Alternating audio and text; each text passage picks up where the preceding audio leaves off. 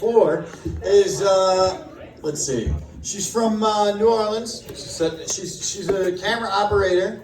Thank you. And she's setting it up right here. And Thank we're going to you. be filming a special tonight. It's going to be badass. All right?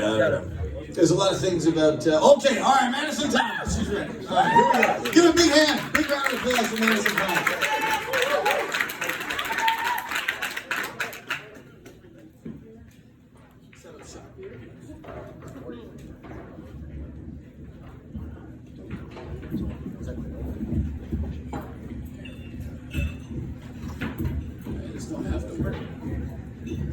All right. How you guys doing tonight?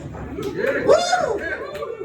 I can always tell I'm in a good neighborhood by the amount of times people say cock. Or penis, they throw that in, and that's just, wow.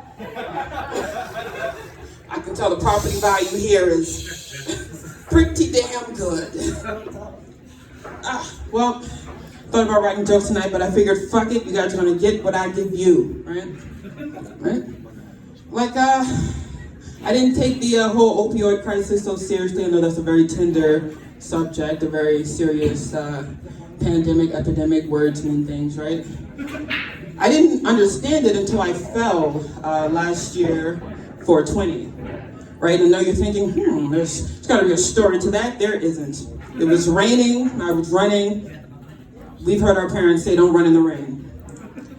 I fell, and I bumped my shoulder, right? The shoulder right here. And it was pretty painful, right? And I found myself, having to get rid of the pain. So I found myself using, right? And I found myself using more and more every day till I found myself bringing it to work, right? It was affecting everything I did. But I'm happy to say now that I am 3 months clean of icy hot. Thank you. Thank you.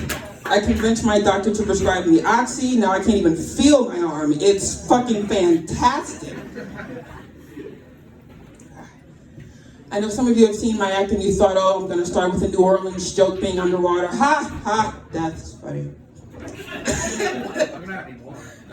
Well, no, not anymore. But I thought if I told one more New Orleans joke, you guys would kill me. But I thought I'd give you an interesting factoid about Louisiana. We are the least incestuous state per capita. And you have to say per capita, otherwise it's false. That's important distinction there. Very important distinction. Let's see, what else I have for you. Anybody here dating someone with like a 5-year or so age difference? It's okay, I don't judge. I'm with it. No one's gonna admit to it, it's fine. Fuck with it. I have a couple questions. Like, for one, why? Because she's awesome. I love it. I love that answer. And I ask because I'm dating a girl 11 months younger than me, and I can't fucking stand it. Like, not even a year. Right? And it's just like the things she talks about. Like, do you find yourself when she's telling you about something, a problem or so, and she's like, honey, I'm going through such and such, and as she's talking, you're just like filing away in there for when you are at a point in time that she's in, and you're going through a little filing cabinet, like, job problem? I dealt with this in like 98, back when you were like, her age right now, right? I'm not smart enough to try and file anything in my brain. I feel that, an honest man, a gentleman. I love it. I love how you guys are so progressive, so chivalrous here. I told this joke about women not being funny the other night, and every man, I kid you not, was like, my word, women are just as funny as men. I'm like, I get it, okay, that's fine. Like, I told my dad I was doing stand-up comedy, and he was like, well, that's great, kiddo, but where are you getting your material? Which was kind dad for saying, bitch, about what?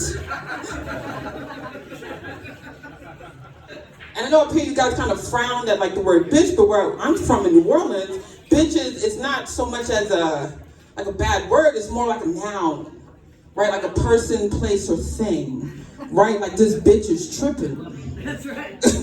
Are you guys going to that party? Oh, we in that bitch. Are you still drinking that drink? Oh, there's something still in this bitch.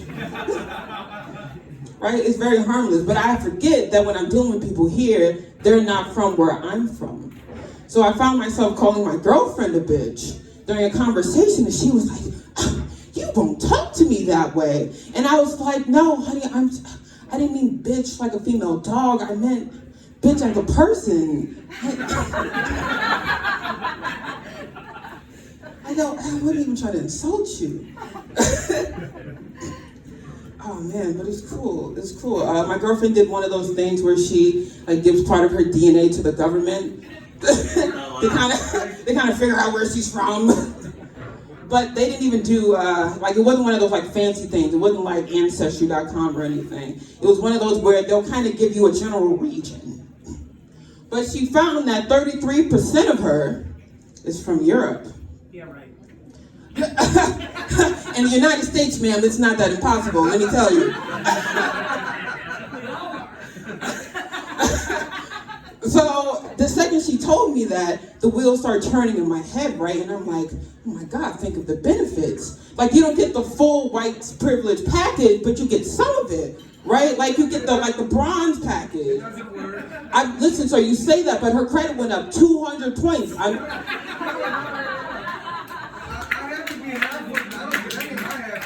Well, sir, you're not using it properly. You have to subscribe and file the proper paperwork. Elizabeth Warren did it. You just have to say, my grandparents told me so it's factual. Oh gosh, I will leave you guys, with this last joke. Where I'm from, we have a little thing called Southern hospitality. Not sure if you've heard of it. But Southern hospitality, bless your heart. But Southern hospitality essentially stipulates that at the very least you have to be courteous, right? You have to be courteous. So you see some people having a conversation on the sidewalk, right? Let's say this is the sidewalk. They're having a conversation like this, right? You need to walk, you're going this way. Southern hospitality stipulates that you have to say, excuse me, before you run straight through their conversation. Straight through their shit. No? All right. Well, thank you guys so much. I appreciate your candor.